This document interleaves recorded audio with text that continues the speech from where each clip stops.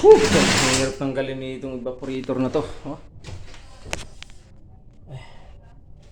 Sa lahat ng ano, dito pa nagkalik sa loob. Oh. Oh.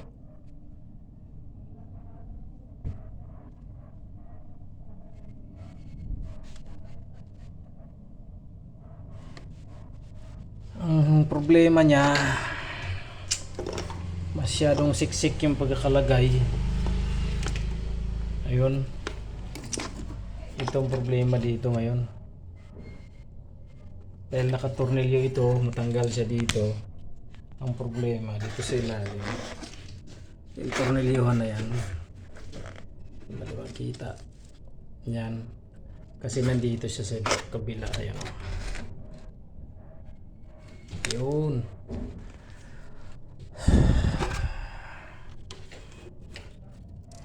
So, diskartihan na lang to kung paano kaya kalasin to. Doon kasi siya nagkalik sa pinakagitna, oh. Bago yung compressor natin, so hindi pwedeng hindi siya tanggalin. Hindi siya pwedeng hindi repair. Baka magka-problema lang yung compressor na bago. Challenge talaga.